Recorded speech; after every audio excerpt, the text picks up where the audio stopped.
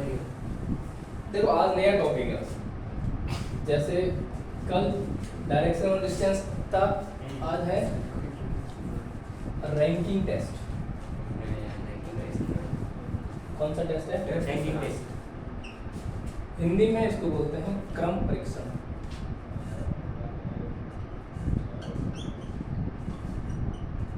बहुत छोटा टॉपिक है, ज़्यादा बड़ा नहीं है। But before start this topic कुछ मुझे मेरी याद आई पंक्तियाँ बिल्कुल कोशिश करूँगा कि सुनाऊँ तुम्हें। सुनाऊँ? चलो फिर वैसे मैंने सुनाई थी ना तुम लोगों को ये चीज़, लेकिन आज फिर से सुना देता हूँ ये बात की ये पंक्तियाँ।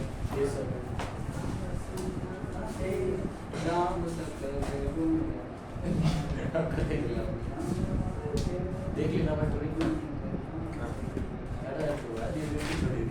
वैसे इंसान जिंदा तो है ही, लेकिन जिंदा है नहीं। मतलब हर इंसान जिंदा होकर के भी मरा हुआ है। कैसे? जब तक उसके जीवन में जीवंतता नहीं है ना, तब तक इंसान जिंदा नहीं है। परेशानियों से जूझ नहीं रहा है तब तक जिंदा नहीं है।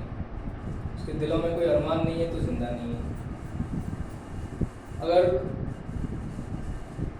आपको पूरे दिन में ऐसा लग रहा है कि यार मैं क्या करूं, तो इसका मतलब है कि आप जीवन को जी नहीं रहे हो, बल्कि जीवन को काट रहे हो, है ना? मतलब जीवन को दो तरीके होते हैं, एक तो लाइफ को जीना और एक लाइफ को काटना। तो आप क्या कर रहे हो? अगर आपको ऐसे ख्याल पैदा हो रहे हैं दिमाग में, मन में कि यार पूरे दिन बहुत सा मन हो रहा है, क्या करना है क्या नहीं करना है, इस तरीके की अगर चीज़ें हो रही हैं तो मतलब जीवन जिया नहीं जा रहा, जीवन काटा जा रहा है। तो कब हम जिंदा हैं? दिलों में अरमान लिए हो तो जिंदा होते हैं।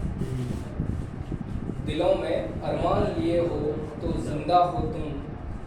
दिन भर तानों के शोर में उम्मीद लिए हो तो जिंदा हो तुम।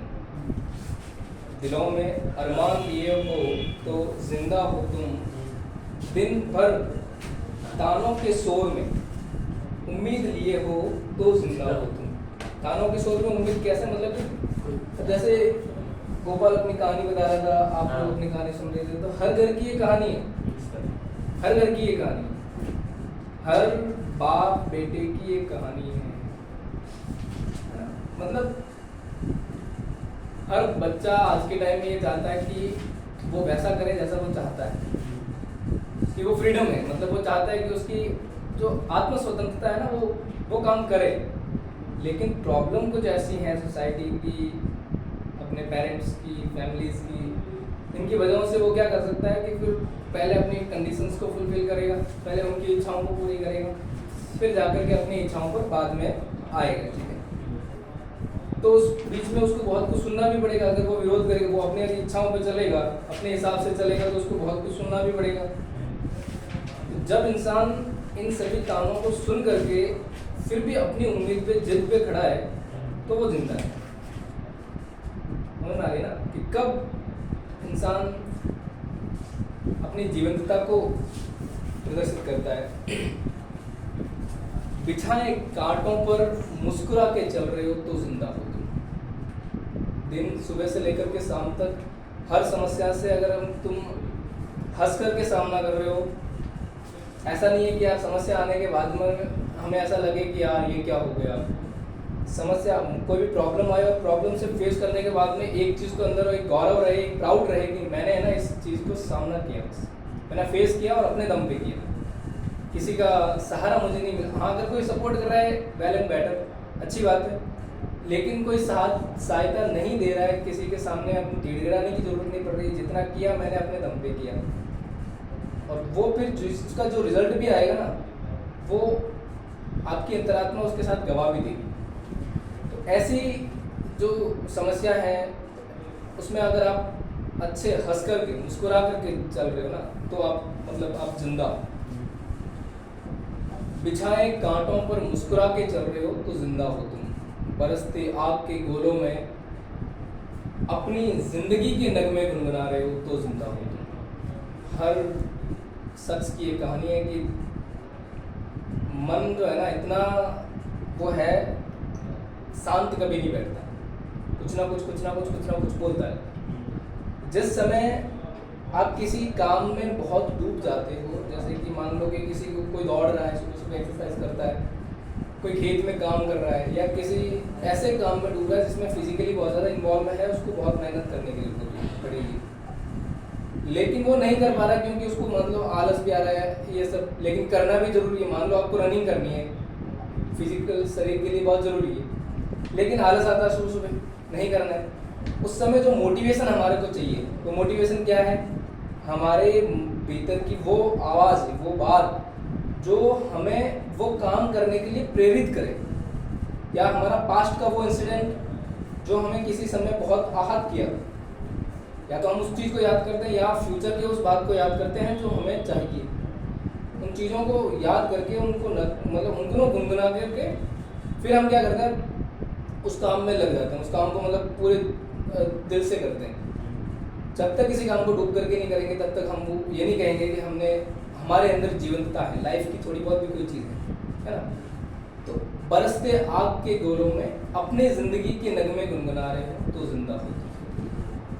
रोज रोटी के लिए दौड़ना और देर रात तक सपनों के लिए जाग रहे हो तो जिंदा हो। सुबह से लेकर के शाम तक इंसान एक ही काम कर रहा है, रोटी कमा रहा है, रोटी कमा रहा है, पैसे कमा रहा है। इसका मतलब क्या है कि वो अपने खुद के लिए रोटी कमा रहा है या घर वालों के लिए रोटी कमा रहा है, अपने बीवी बच्चों के लिए, अपने परिवार के लिए, सभी के लिए कुछ ना कुछ कर रहा है। मतलब अल्टीमेटली वो क्या कर रहा है? रोटी कमाने का काम कर रहा है, लेकिन उसके बावजूद भी वो अपने सपनों के लिए मेहनत कर रहा है, मतलब परिवार की स्वेच्छाओं के लिए भी अपना काम कर रहा है, और उसके बाद में भी जो वक्त उसको रेस्ट के लिए मिलता है, वो जो आराम का समय एक तरफ निकाल करके अपने सपनों के लिए काम कर रहा है, तो वो क्या है? जिंदा है। देर रात तक या रोज रोटी के लिए दौड़ना और देर रात तक सपनों के लिए जाग रहे हो तो जिंदा हो तुम। आई होप कि आपको समझ में आया होगा कि जीवन इंसान की कुछ लाइनों के अंदर मैंने अपनी एक्सप्लेन करने की कोशिश की।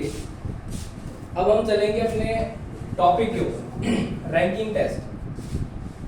ठीक है, रैंकिंग टेस्ट में बेसिकली होता क्या? रैंकिंग टेस्ट में इसमें कैसे क्वेश्चंस पूछे जाते हैं? तो रैंकिंग टेस्ट में आपसे क्वेश्चन पूछे जाएंगे, जैसे मान लो एक कतार है, कतार मतलब एक रो है, उस मैंने ये टॉपिक इसलिए शुरू किया क्योंकि रिसेंटली मैंने जो टॉपिक पढ़ाया है उसमें आपको इस कॉन्सेप्ट के बारे में अवगत कराया। कौन सा? Right and left.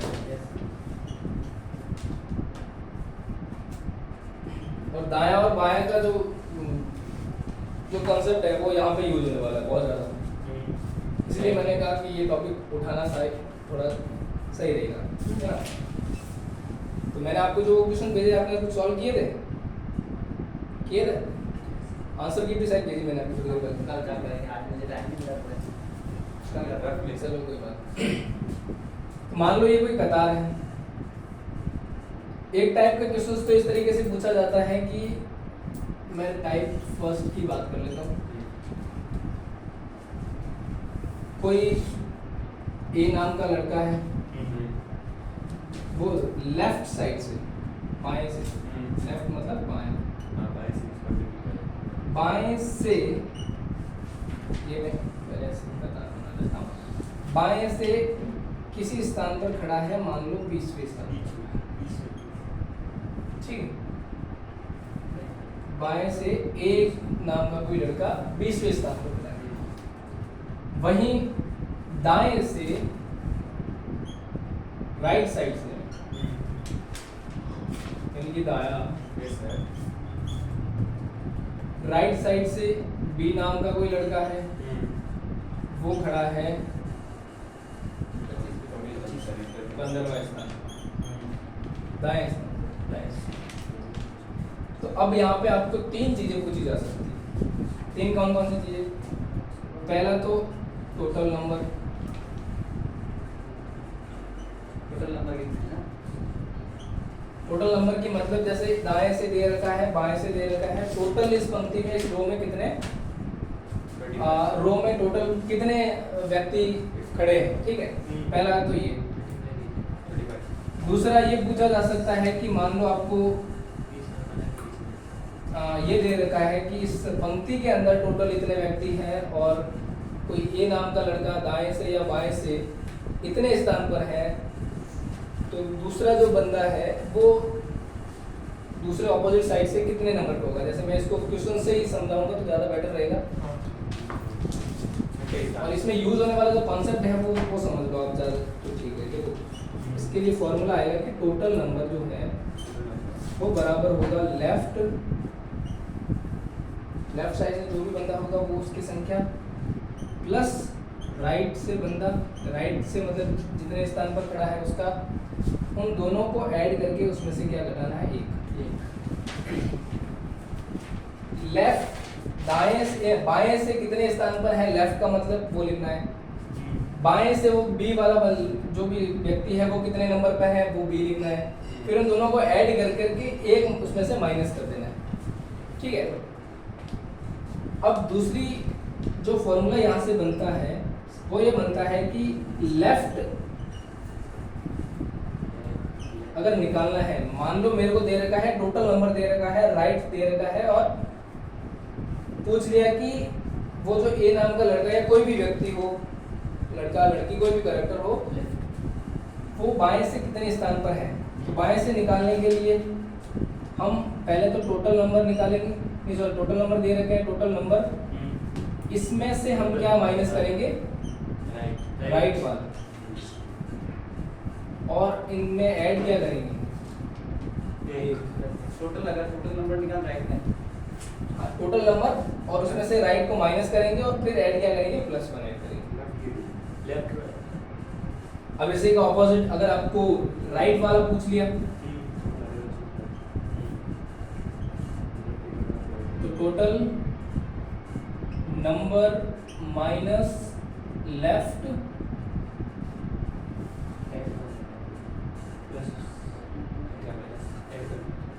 Plus one, ठीक है।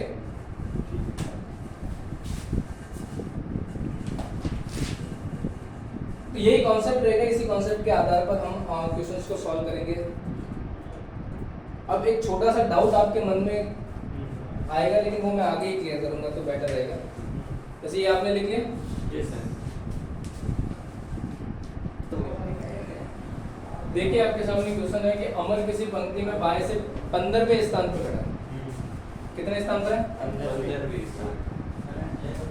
अमर बाएं से 15वें स्थान पर खड़ा है तथा उसी पंक्ति में राजेश दाएं से 25वें स्थान पर खड़ा है। तो बताएं कि पंक्ति में कुल कितने व्यक्ति हैं, टोटल नंबर ऑफ पर्सन की संख्या में निकालनी है। फॉर्मूला आपके सामने है, अभी मैंने दिखाया है कि टोटल नंबर जो निकालने हैं, टोटल नंबर बराबर होता है left plus right minus one, है ना। तो टोटल देखो, टोटल नंबर यानी कि टोटल व्यक्ति हमें निकालने हैं। तो लेफ्ट से अब नाम क्या है उससे कोई मतलब नहीं है, पहली संख्या क्या है 15 प्लस राइट से 25 माइनस वन, दोनों को ऐड करूंगा तो 40 माइनस वन बराबर कितना रहेगा 39। ये तो फॉर्मूला बेस्ड हो गया। अब मैं इसको रो डायग्राम से समझाऊंगा आपको कि जैसे रमेश कौन है, अमर। रमेश अमर नहीं है, रमेश राजेश है, रमेश भी नहीं है। अमर जो है वो कितने स्थान पर है, 15वें स्थान पर। कितने स्थान पर है, बाएं से लेफ्ट से 15वें स्थान पर।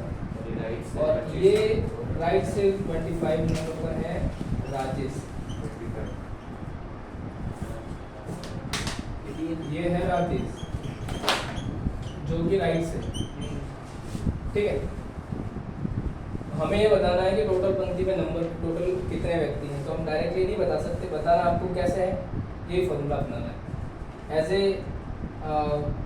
समझाने के लिए मैंने आपको ये बता दिया कि जैसे इस तरीके से उनको आप लिखोगे तो सीधा ही डायरेक्टली इनको ऐड करना और एक घटा देना।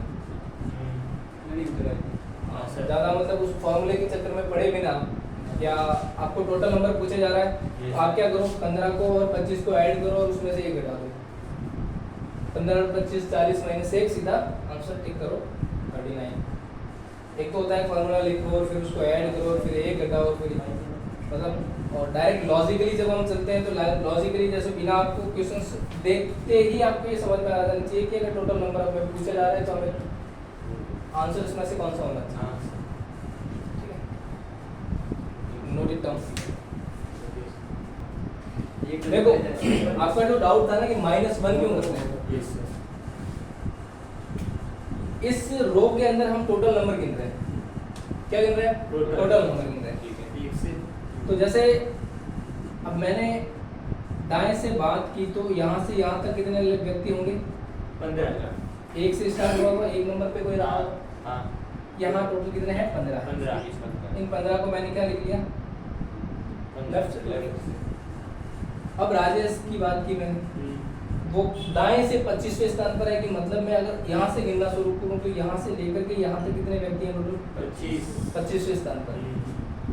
मैंने इसको भी ऐड कर लिया और इसको भी ऐड कर लिया, तो मैंने 25 और इन दोनों को ऐड कर लिया। ठीक है, लेकिन इस पंक्ति के अंदर एक व्यक्ति जो है वो कॉमन आएगा। कॉमन कैसे आएगा? कि अगर मैंने इस तरीके से मतलब अगर मैंने ऐड करना शुरू किया, मैं गिनना शुरू करूँ तो अगर इधर गिनते जाऊंगा तो अमर तो आएगा, फिर राजेश आएगा, फिर अगर मैं पूरा गिनते जाऊंगा, या फिर अगर मैं इस तरह से मतलब राइट टू लेफ्ट चलता हूँ गिनते गिनते तो ये इन दोनों में से मतलब जैसे पहले इस तरफ से मैंने लेफ्ट से राइट गया गिनते गिनते तो 2 व्यक्ति मेरे को गिनने में आए जो कि आने चाहिए थे, ऑब्वियसली बात है, कोई दिक्कत नहीं है, लेकिन 2 बार गिनने में आ गए। एक बार इधर से इधर गिन दिया मैंने तो ये दोनों आए, फिर वापस मैं लेफ्ट टू राइट आता हूँ तो इनको मैं डबल बार काउंट होता है, तो इसमें 2 बार काउंट न करने के लिए हम 1 माइनस करते हैं, क्योंकि एक ही कैरेक्टर को 2 बार हमें नहीं गिने इसलिए हम क्या करते हैं 1 माइनस कर लेते हैं। ये इसका कॉन्सेप्ट होता है, इसीलिए हम क्या करते हैं 1 माइनस करते हैं। आई होप आपको समझ में आ गया होगा, नहीं तो मैं अगले और क्वेश्चन में समझा दूँ। बता रहे थे चलो देखो, आजाद पंक्ति में दाएं से 20वें स्थान पर खड़ा है तथा पंक्ति में कुल सदस्यों की संख्या 45 है, तो बताएं कि अमृता बाएं से किस स्थान पर खड़ी है।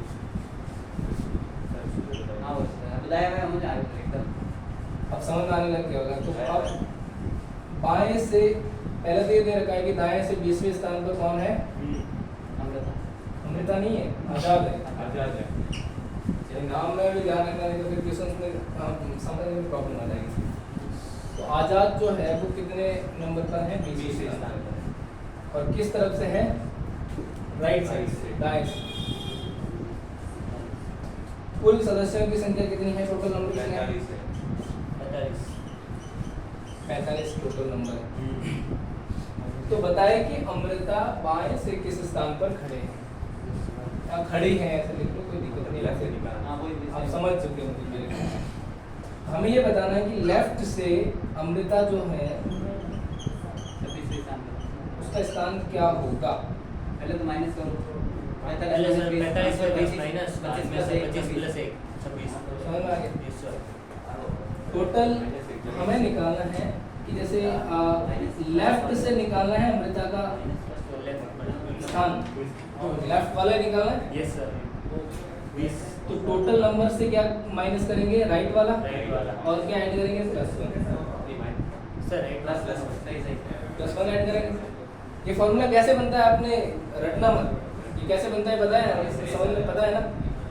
नहीं तो मैं वापस बता देती जो को मिल रही है उनके हिसाब में बैठ चुके माइनस नहीं, जैसे मैंने अलग अलग 3 फॉर्मूले लिखा है तो वो फॉर्मूला रटने की जरूरत नहीं है मेरे का। Yes sir. हां सर मैं बता देता हूँ फॉर्मूले चेंज तो नहीं होंगे ना? नहीं चेंज होंगे। हाँ तो फिर रटने में क्या? ये तो आपने फॉर्मूला बताया, नहीं तो सर मैं तो वो पूरा बना के करता था। हां सर ये बोले नहीं ऐसे नहीं करना है, बहुत लंबा टाइम लगता है। सर बहुत लंबा हो जाएगा। आप बहुत लंबा, ऐसे तो रीजनिंग के अंदर आप सॉल्व, मैंने क्या बोला रीजनिंग, मैंने पहले दिन ही बोला था कि रीजनिंग ऐसे ऐसे सब्जेक्ट है जो आप सॉल्व तो कर ले जाओगे, बट मैटर ये करता है कि कितने कम समय में सॉल्व कर रहे हो। बोर्ड से पेपर ले आ आई बात समझ में? जितना कम समय, मैं तो ये कहता हूँ कि बिना प्रश्न को पढ़े ही अगर आपको पता लग रहा है कि क्वेश्चंस कौन से चैप्टर में से या कौन से टॉपिक का क्वेश्चन है और कौन से टाइप का क्वेश्चन है, तो ऐसा होता है कि सिर्फ आप डाटा देखते हो, नाम भी नहीं देखते। हाँ 20 है 45 है तो सीधा आंसर पर टिक होता है, इतना टाइम लगना चाहिए। ये कैलकुलेशन तो मैं आपको समझाने के लिए लिखा है। यही बात सुनो, यस तब जाकर के आप जो एसएससी लेवल की क्वेश्चंस को ऐसे टिक करोगे तो आपका बीएससी पीटीटी वाला कितना आराम से 3 घंटे का टाइम मिलता है। अब यूपीएससी का जो सपना देख रहे हो उसमें भी ये जो क्वेश्चन है ना, ये एज इट इज आते हैं। सी सेट किसी को कोई टाइम नहीं होता है, सी सेट में आता है भाई, सी सेट में बिल्कुल टाइमिंग आता है। ये क्वालिफाइंग सी सेट होता है, क्वालिफाइंग पेपर होता है। जब आपको प्रीलिम्स देनी होती है तो प्रीलिम्स के अंदर भी 2 पेपर होते हैं, एक तो सी सेट होता है और एक जीएस होता है। सी सेट के अंदर ये क्वेश्चन सारे पूछे जाते हैं, मैथ्स से रिलेटेड, इंग्लिश से रिलेटेड, जीके से रिलेटेड, ये सारे, है ना। हाँ टाइम थोड़ी होता है, 200 नंबर का पेपर होता है। बिल्कुल टाइम नहीं यार, क्यों नहीं होता टाइम? 200 नंबर का पेपर होता है, उसमें टाइम ओरिएंटेड 1 घंटे का टाइम मिलता है या फिर 10 घंटे का, ज़्यादा से ज़्यादा 1 घंटे का टाइम मिलता होगा मेरे ख्याल से, ज़्यादा टाइम नहीं मिलता। और उस 1 घंटे के अंदर आपको क्वालिफाइंग पेपर करना होता है। देखो आप यहाँ पे क्या टोटल नंबर कितने दे रखे हैं? 45 माइनस इसमें से घटाना क्या है? 20 प्लस ऐड करना है 1। तो 45 में से 20 घटाएंगे 25 plus 1 26 and answer will be your 26। अब मैं ये आपको बता रहा था कि आपको फॉर्मूला रटने की जरूरत नहीं है। क्यों नहीं रटने की जरूरत है? तो वो भी देखो, क्योंकि कभी कभी क्या होता है कि आप ऐसा सोचते हो कि जो फॉर्मूले मैंने लिखाए हैं वो यहाँ तो मैंने एक फॉर्मूला लिखा है, तो आगे जो टॉपिक आएंगे उसमें पता नहीं एक ही टॉपिक के 3 4 फॉर्मूले होंगे, आप रटोगे क्यों? फॉर्मूले बनाना सीखो, है ना। ऐसे अब ये टोटल नंबर तो लिखा दिया मैंने, टोटल नंबर वाला फॉर्मूला ये तो सीधा एल प्लस आर ऐड करके माइनस। इससे बनने वाले जो 2 फॉर्मूले हैं वो कैसे बनेंगे? इजी है, क्योंकि -1 को हमेशा इधर भेजेंगे तो टोटल नंबर में से क्या हो जाएगा? प्लस प्लस हो जाएगा। बराबर क्या बचेगा? एल प्लस मैं लेफ्ट वाला और आर वाला इन दोनों को ऐड कर लेता हूँ, टोटल नंबर में 1 बढ़ाने पर दोनों बराबर आ जाएंगे। अब मुझे कौन सा निकालना है यहाँ से? जैसे मान लो मेरे से पूछ लिया गया कि राइट वाला नंबर निकालो, अगर लेफ्ट वाला और टोटल नंबर दे रखे हैं तो आपको टोटल नंबर में से लेफ्ट घटाना है और 1 ऐड करना है। 1 ऐड है ही, 3 में से जो माइनस वाला है तो घटाना है। या तो ये रहेगा। और दूसरा लेफ्ट, अगर आपसे पूछा जा रहा है कि लेफ्ट वाला बताओ तो टोटल नंबर में से जैसे लेफ्ट वाला पूछा जा रहा है तो आर को इधर भेज दो, टोटल नंबर में से आर घटाना है प्लस 1 ऐड करना है। तो ये तरीका आपको रटने की जरूरत नहीं है, मैं ये कह रहा था। अगला इक्वेशन और लिख लेते हैं। आप ये प्रश्न लिख रहे हो क्या? नहीं समझ रहे हो क्या? हाँ समझ रहे हो। समझना जरूरी है, लिखना नहीं जरूरी। अगला क्वेश्चन है कि एक, जैसे तीसरा क्वेश्चन है ये, राजन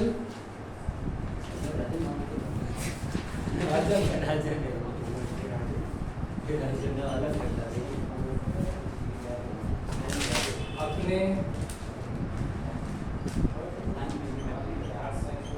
स्कूल के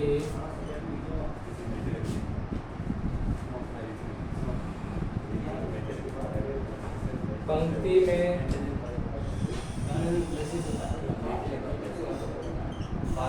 पीछे से 40वें स्थान पर है। स्कूल के अंदर कोई पंक्ति बनी हुई है, कितना डीप में जाना, पीछे से 40वें स्थान पर है।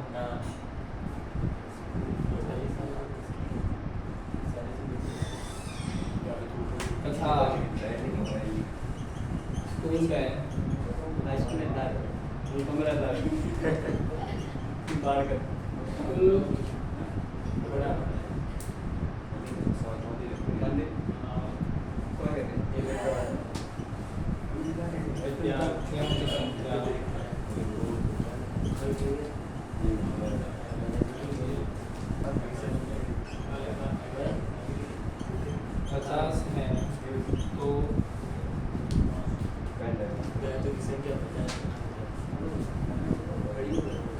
अभिनंदन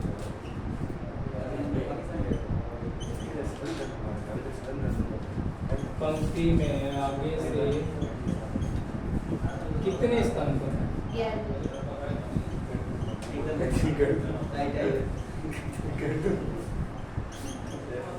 प्रश्न तो लिखने दे रहे प्रश्न नहीं लिखा, उससे पहले आपका आंसर आ गया। मैं बता दूं, अच्छी बात है। राजन अपने स्कूल के मुश्किल में 40वें स्थान पर है, कुल मिला के उसके 50 है, बबीता कौन से स्थान पर? तो 11। हाँ सही है, 1 माइनस करना है। क्या मैं 50 कुल मिला के 50 है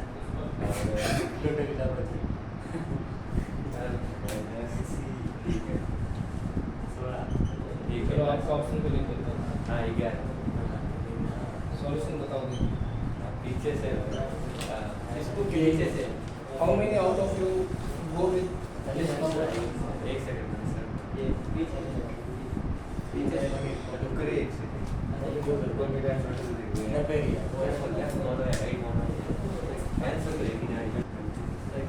वेरिफिकेशन बहुत जरूरी है ना। टोटल नंबर कितने हैं? 50 हमें फाइंड आउट क्या करना है पहले ये बताऊँ। अब आगे से और पीछे से इसका मतलब ये है कि जैसे कोई रो है, अब रो स्टार्ट कहाँ से होती है? आगे से होगी या पीछे से? यहाँ से अगर आपने स्टार्ट किए तो जो स्टार्ट किए वहाँ से क्या होगा? आगे से होगा। आगे से बात की जा रही है, इसका मतलब क्या है? लेफ्ट। आगे दे दो, आए तो लेफ्ट, ठीक है।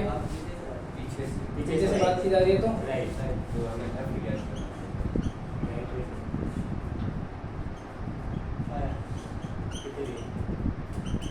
ये चीज़ भी ध्यान रखनी है, ठीक है। अगर प्रश्न के अंदर इस तरीके से पूछा जा रहा है तो लैंग्वेज चेंज हो सकती है प्रश्न की, ठीक है। पीछे से ये कितने स्थान पर है? 40वें स्थान पर है। और टोटल इसमें सदस्य कितने हैं? 50। हमें पूछा है कि आगे से अभिनंदन का कौन सा स्थान है, तो आगे से स्थान जो भी है लेफ्ट से आगे से बराबर हो जाएगा 50 माइनस 40 प्लस 1 बराबर 10।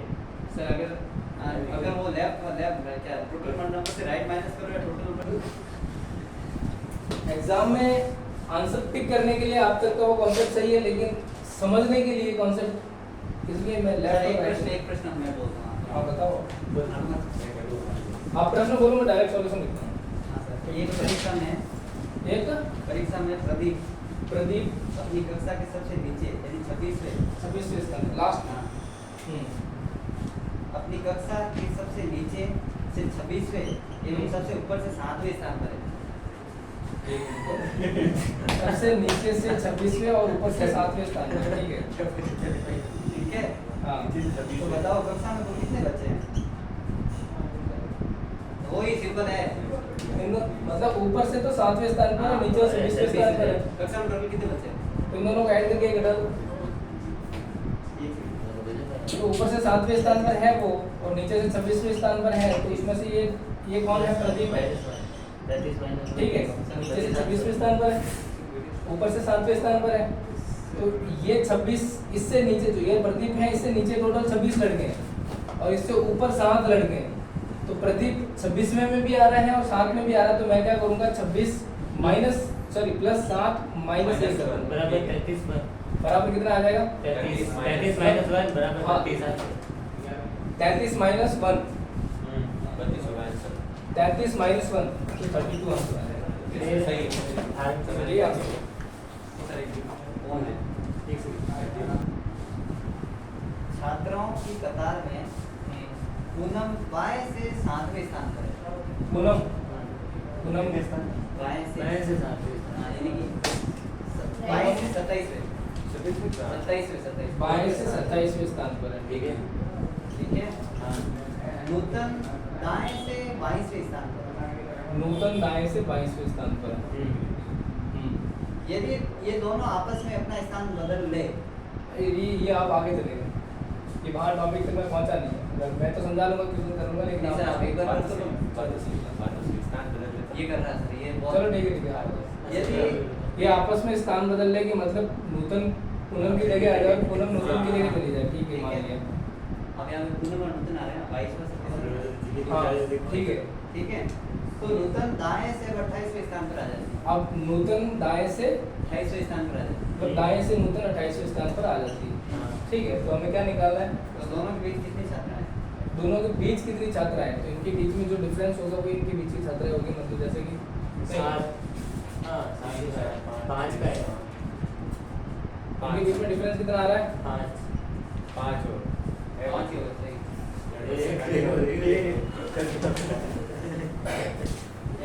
वो टाइप में मतलब ये ट्रिक तो यही ना, टाइप तो कमी है ना इसमें। टाइप 3-4 टॉपिक है, मैं कल वाला टॉपिक में आप Yes, बताओ sir. क्वेश्चन सचिन लंबा है कपिल से। हाँ, सचिन किससे लंबा है? कपिल से। कपिल से लंबा कहाँ से है? सुधरे। ठीक है, सचिन कपिल से लंबा है। ठीक है। अमर लंबा है प्रभात से। अमर लंबा है प्रभात से। प्रभात से। लेकिन कपिल जितना लंबा नहीं है। प्रभात कपिल ठीक है, अमर लंबा है प्रभात से, लेकिन कपिल जितना लंबा नहीं है। ठीक है, प्रबोध लंबा है। प्रमोद प्रबोध प्रबोध लंबा है सचिन से। लंबा है सचिन से। ठीक है, ठीक है। हाँ, तो उनमें से कौन सबसे छोटा है? ठीक है। देखो इस क्वेश्चन को सॉल्व करने का सबसे इजी तरीका क्या है? उसने कहा है कि सचिन कपिल से लंबा है, अमर प्रभात से लंबा है, लेकिन अमर कपिल से लंबा नहीं है। इसका मतलब है कि ये वाला रो इसके नीचे है, अमर और प्रभात। अब प्रबोध किससे लंबा है? सचिन से। तो मतलब यहाँ पे कौन आ जाएगा? प्रबोध। सबसे छोटा कौन होगा? प्रभात। सबसे बड़ा कौन होगा? प्रबोध। प्रबोध। और बीच में कौन आ जाएगा? कपिल।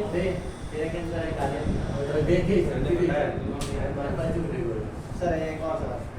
हाँ,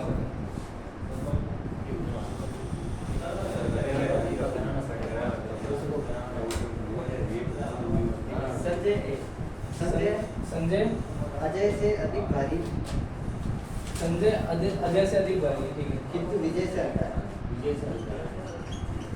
किंतु विजय से हल्का है। संजय और समित दोनों से भारी है। कौन? संजय संजय। अमित और समित दोनों से भारी है। अमित किससे? अमित से और समित से। अमित से और समित से। हाँ, अमित अजय से हल्का किंतु समित से भारी है। अमित अजय से हल्का है अमित अजय से तो हल्का है और किंतु समित से भारी है। भारी है। ठीक है, ठीक है। तो वजन के सभी तो वजन में सभी के मध्य कौन है? यहाँ अमित आ जाएगा और यहाँ समित आ जाएगा। हाँ, वजन में सबसे मध्य कौन है? अमित। सबसे मध्य अमित आएगा। नहीं, अजय। अजय आएगा। तो आपने जो पहले लिखा था वो सही था। नहीं, आपने क्या बोला कि अजय जो है अमित से तो हल्का है। अजय से अमित अजय से हल्का है। अमित अजय से हल्का है क्या? हाँ। हाँ, तो आप एक बार वापस बोलो प्रश्न को। पहले तो क्या बोला कि संजय जो है अमित अजय से। संजय अजय से अधिक भारी किंतु विजय से हल्का है। विजय से हल्का है। ठीक है। संजय अमित और समित दोनों से भारी है। तो सब नीचे है। हाँ, ठीक है। ठीक है। एक तो क्या है? समित, अमित। अमित और समित। ठीक है, हाँ, ये संजय जो इन दोनों से भारी है। संजय दोनों से इन दोनों से भारी है। ये संजय लिख दिया। अमित अजय से हल्का है। अजय से हल्का है। ठीक है, अब क्या है? अजय सॉरी अमित अजय अजय से हल्का है। अजय से हल्का है, यस सर। किंतु अमित अजय से हल्का है किंतु समित से भारी है। और समित से भारी है। तो वजन में सभी के मध्य कौन है? अजय। अजय एक बार वापस बोलना। अजय अमित से हल्का है, हाँ, किंतु समित से भारी है। समित से भारी और अमित क्यों है? अमित हाँ, अमित अजय से हल्का है। अजय से हल्का है अमित। अमित अजय से हल्का है। कंफ्यूज कर रहे हो तुम। सर फिर कंफ्यूज रहे। आपकी डिग्री और सही है सर। मैं यही तो मैं बोल रहा हूँ। समझ में ये वाला डायग्राम बनेगा तो अब देख लो आप। टोटल कौन आ रहा है? ये जो अजय अमित समित है दोनों नीचे बैठ जाएंगे। संजय यहाँ पे आ गया तो समित संजय के बाद में अमित वगैरह इसमें नहीं। नहीं आ जाएगी। लेकिन अजय विजय। फिर अमित अमित अजय से हल्का है। सर विजय सबसे भारी है ना सर, ऊपर विजय ना, संजय और विजय दोनों भारी है ना। सर आप अगर समित को लिखते हैं यहाँ पे, ये समित है ना? ठीक है, लिख दिया। अब वहाँ पे अजय की तुलना किससे करी? अमित से। यानी कि अजय अमित अमित अजय से हल्का है।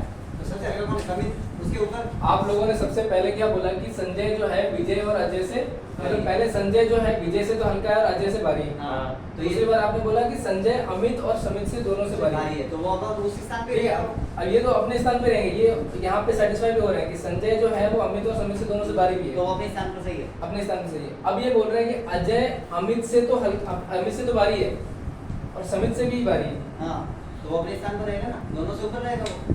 अजय अमित से भी भारी है और समित से भी भारी है। तो सब ऊपर हो गया ना सर, देखो अमित जो है हाँ, अमित। अमित अजय से हल्का हाँ, किंतु समित से भारी है। अजय अमित से हल्का किंतु समित से भारी है।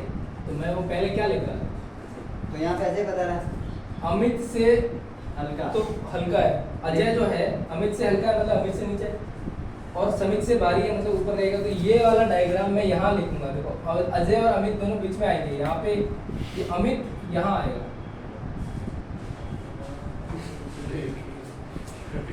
तो इसमें बीच में कौन आएगा? अमित आएगा। आंसर क्या है इसका? अजय अजय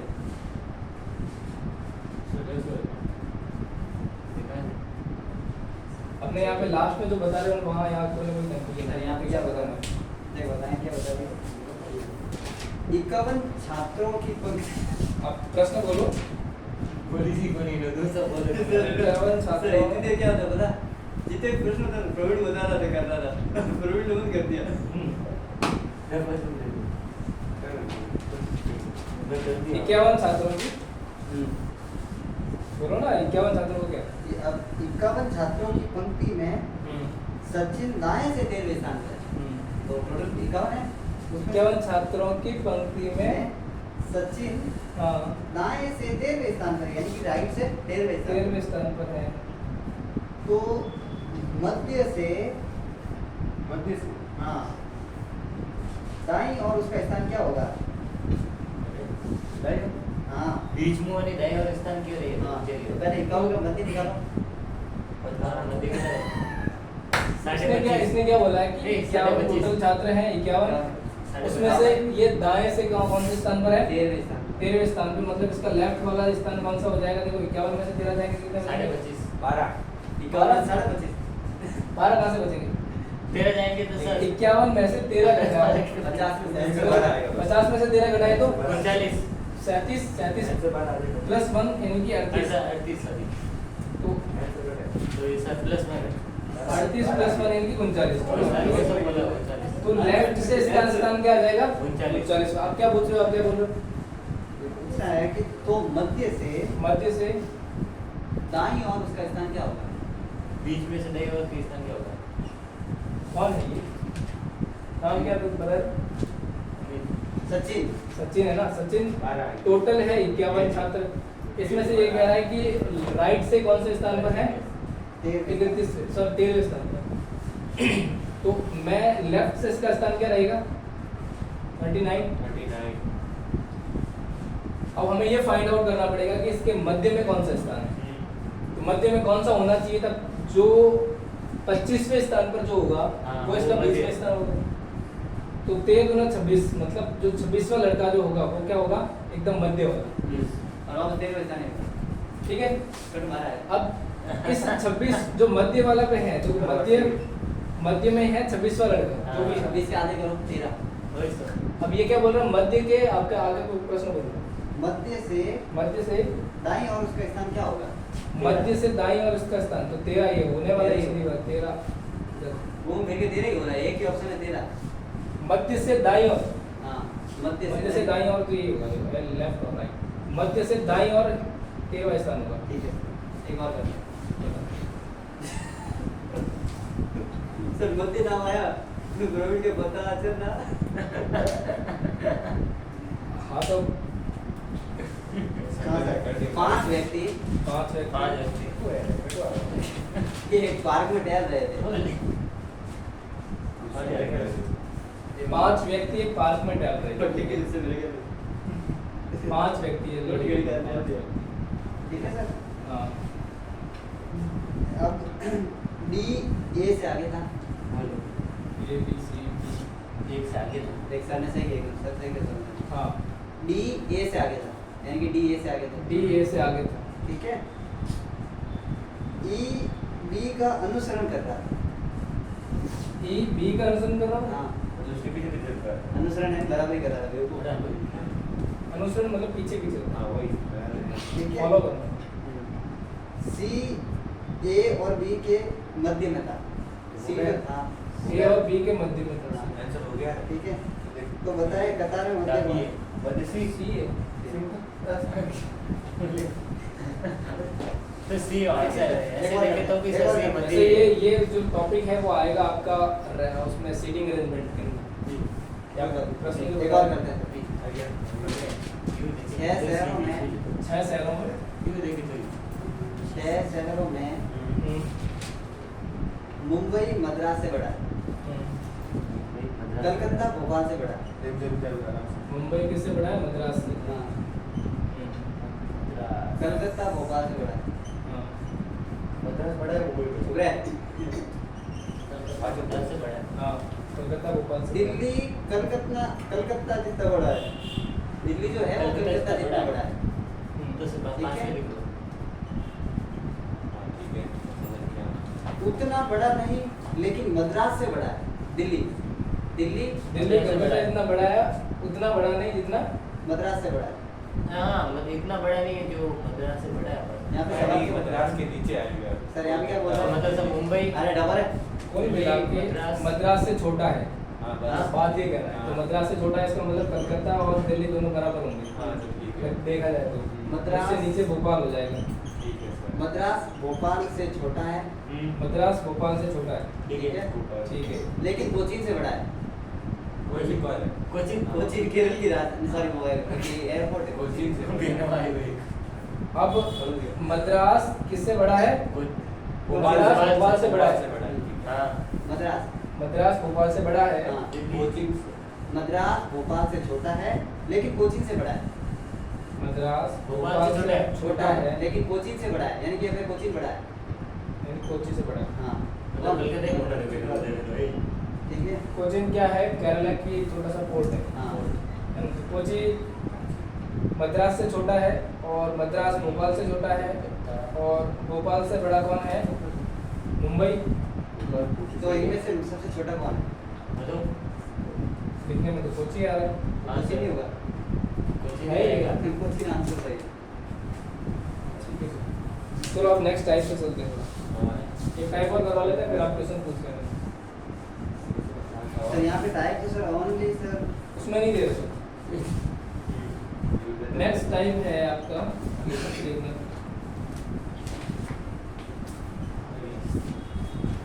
जब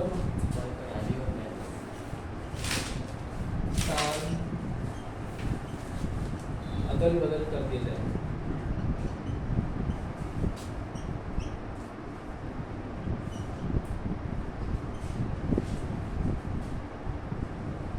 अब जब स्थान अदल बदल कर दिए जाते हैं तो क्या क्या पूछा जाता है? देखो, जब अदल बदल किया जाता है तो बाएं से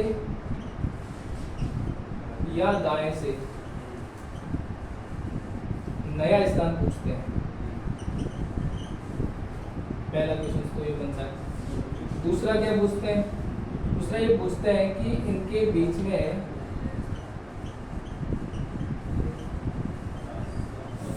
या मध्य में कितने,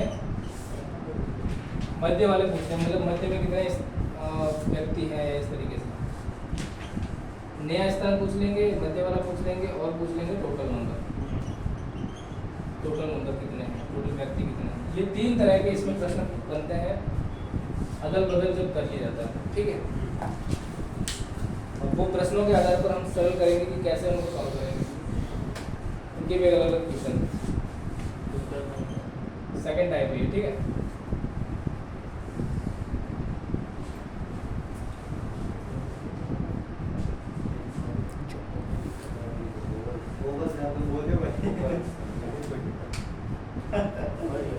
मिला दो इसको।